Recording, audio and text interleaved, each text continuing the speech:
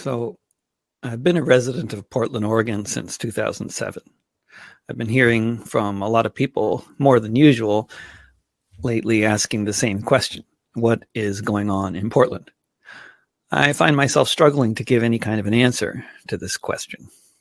As with any substantive answer to a question, so much depends on how broad an effort we want to make in putting it into a sensible context, in terms of both time and space. So I thought I'd make a little stab at that for what it's worth. But to answer the two really simple questions that are, I think, what most people are looking for. Is Portland under martial law?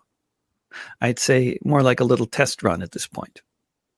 And is there a revolution going on there? No, at least not yet. But time speeds up at such historical junctures, so you never know what's around the corner.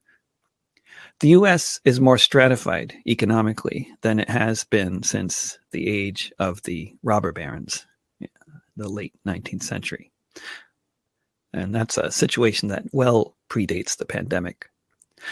We have 4% of the world's population, but something like a quarter of the world's prisoners, most of them people of color, even though the country overall has a white majority. We're experiencing an out-of-control pandemic with healthcare systems collapsing under the strain from New York to Louisiana, which is also overwhelmingly impacting people of color. As this is all happening, a veto-proof supermajority made up of both ruling parties has just passed an even bigger military budget than the record military budget of last year, nearly as big as the rest of the world's military budgets put together. They could agree on that, but whether they can agree on a strategy to prevent the 28 million evictions all the business press is predicting will be happening in the next 2 or 3 months is an open question. And most of the country's cities are too busy spending close to half of a typical budget on their police forces, while increasing numbers of their populations move into their cars and tents. Putting Portland into some relevant pre-pandemic context. It's the biggest city in a state with a long history of institutional racism that was founded as a white homeland. It didn't develop much of a black community until the labor shortage during World War II, around the time so many of the cheap, wooden, now extremely overpriced apartment complexes around town were built. The city of Portland has lost most of its black population since 2000, according to census data. A recent headline announced that the average black family in the U.S. could not afford to rent a 2-bedroom apartment in the city of Portland at the market rate, like the one I speak from now. Portland is the most rent-burdened city in the U.S. and has a deeply institutionally racist police department that has actual bona fide Nazis in it.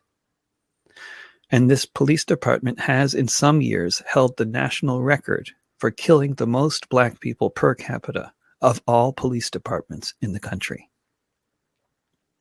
Lining every major road, you will find hundreds of people living in tents, their misery in plain view to passersby. Somewhat less visible are the many car dwellers also lining every major road in the city. Portland, like Minneapolis, being a majority white metropolis with a long history of white supremacist organizing, also has a strong history of anti-fascist resistance as well, which has frequently taken the form of physical confrontations on the streets, in which the police generally act in support of the white supremacists while attempting to maintain a fig leaf of neutrality to satisfy the press and the liberals. Despite the dire situation in terms of basic human rights in the United States, with the food banks busier than ever, tens of millions unemployed, the press talking about 1 in 4 children suffering food insecurity, decreasing lifespans, etc., you won't generally find widespread opposition to this situation expressed in the streets of cities across the country. Lots of people killing themselves and killing each other and getting involved with political campaigns. But when it comes to large-scale street protests or campaigns of civil disobedience in the U.S. over the past several decades, they have been focused mainly on things other than what we might call bread and butter issues.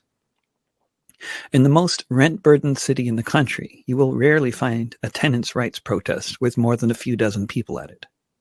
The ethnic cleansing of the city, losing more than half of the city's black population, elicits barely a peep in terms of protests at City Hall or in the state capitol. Equality of condition, otherwise known as human rights, is of no consequence, it seems. But true to the ideals we grew up with in the textbooks, Clear-cut examples that someone has been discriminated against in the process of attempting to pursue their basic human rights may give rise to fairly large-scale civil disobedience. For example, when someone is killed just for being black and on their way home from work, or bombed just for being Iraqi while hiding in a bomb shelter, or shot just for being in the wrong place at the wrong time, like for going to a suburban high school or elementary school when a mass murderer decides to pay a visit. Blatant racial discrimination, blatant imperialism of the sort that involves the military, or other forms of senseless killing gets response. People or entire countries that are perceived to have been given a fair chance, but who failed to make a go of it, elicit less sympathy. If you've been priced out of San Francisco and you had to move to Portland, that's just how things work. If you were involved with the drug trade or burglarizing a suburban home when you were killed, you shouldn't have gotten involved with crime in the first place. If you were actively resisting the occupying army rather than hiding in a bomb shelter, you'll find much less solidarity from the progressives of the West.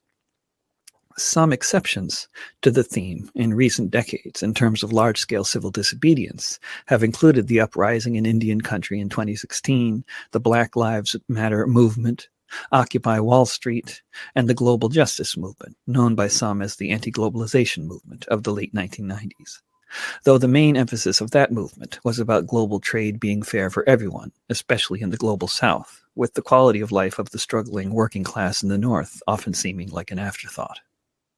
In my more hopeful moments, I think that what sometimes appears to be getting off the ground now is a movement that is, under the pressure of all the fissures exposed by the pandemic and the government's inadequate response to it, both in terms of the public health emergency and the economic crisis it presents, really trying to come face to face with the basic inability of our long-standing capitalist system to ever be the framework within which we might solve any of these basic problems. Police brutality, institutional racism, war, society-wide healthcare, or pretty much anything else good. The bad apples theory of reality is officially out the window, the structural problems too big to wrap up in a flag. This was particularly true in the first several weeks following the murder of George Floyd, and then once again, at least here in Portland, since Oregon Public Broadcasting officially broke the story that it's not just local cops tear-gassing everyone, but also federal agents, and they're randomly abducting people from the sidewalks in the middle of the night as well. When I look around me over the past 2 months, especially on a good day, what I see is all the energy and all the numbers that we ever had on the streets under the banners of Black Lives Matter, Occupy Wall Street, protests against ICE's child abductions, and the youth climate and anti-massacre movements of recent years put together. And probably most of the people who actually participated in those movements from the looks of the crowds, with a particular emphasis on Black Lives Matter. And lots of these people, along with much of the press and many mainstream politicians, are openly questioning the bad apple theory and looking at racism the way Black Lives Matter does, as a deeply institutional, fundamental, foundational question in the U.S. This then leads sensible people to ask the same questions others have been asking for so long. If Black Lives Matter, then what about affordable housing, given that the lack of it affects Black people so disproportionately? If Black Lives Matter, then what about the minimum wage, which so many Black workers are perpetually stuck at? What about state funding of education for state schools rather than funding them with local taxes, thus ensuring apartheid in education? So many questions are being asked more loudly than they have been in a very long time. Of course, as all of this is happening, so is Trump and his march to fascism, with all his popular support and all the specially appointed acting heads of his departments accountable to no one but him, such as the Homeland Security guy in charge of the surge of federal agents across the country occurring now. And as impressive as it is to see many thousands of Portlanders pouring out into the streets day after day lately, when I think of the sorts of mass movements that have managed to topple dictators, even relatively unpopular dictators, they have involved sustained crowds of hundreds of thousands or millions of people in the streets, not for a day or a few days, but for months. And even then, victory is far from guaranteed. But these were the kinds of crowds that led to Ben Ali fleeing Tunisia and Mubarak fleeing Egypt. This is the kind of crowd that saw the overturning of the coup attempt in Venezuela in 2002. This sort of movement may be right around the corner. I'm not making any predictions. The last time this country has seen any kind of sustained movement on that kind of scale with that kind of militancy was in the 1930s. We'll know it's here when there are so many people marching in Portland that we shut down all the bridges and all the highways at the same time, not just one or two. And we do that day after day, and the same thing is happening in all the other major cities across the country. When the police are quitting their jobs, some of them are joining us, and the departments are being disbanded anyway. When armies of citizens are taking control of the fancy hotels, filling them with people in need of housing, and staffing them with people who can provide for their needs and help them recover from the trauma of the lives they had to live under capitalism. What a more likely future could involve is the outpouring of opposition to the presence of federal agents that is coming from more liberal quarters waters down the more radical voices that had been coming to the fore. And this whole thing somehow gets turned into another tool for use by both the Democratic and Republican Party elites. As righteous and altogether good is the idea of kicking the police out of the police stations and taking them over, as was done for a time in Minneapolis and Seattle, the ongoing street battles night after night to that aim in the center of Portland are causing massive, long-lasting trauma to a whole lot of people and can easily play into Trump's fascist takeover agenda amplified by Fox and friends. On the other hand, actually having the kind of movement that might cause the emptying out of the police stations to occur could also put a big damper on the fascist takeover plans as well, if it were to succeed and spread. It's a precipice. The stakes are very high, and as exhilarating as the current moment is, I'm not feeling especially optimistic. But you don't win if you don't try.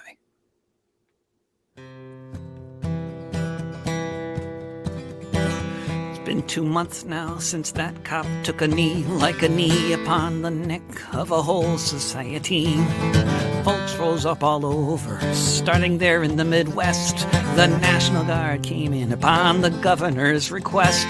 Whenever people took the streets, riot cops attacked, shooting folks there in their faces and their backs. Flooding streets with tear gas, see how the people stand with masks upon their faces and leaf blowers in their hands. There have been drive-by shootings and weaponizing trucks that the death count's what it is so far is partly up to luck and partly up to barricades used to block the way so folks might live to fight another day. That is, if they're not killed by agents of the state, like the ones who came to Portland to make America great, to face a rainbow nation that says screw your white homeland, with masks upon their faces and leaf blowers in their hands.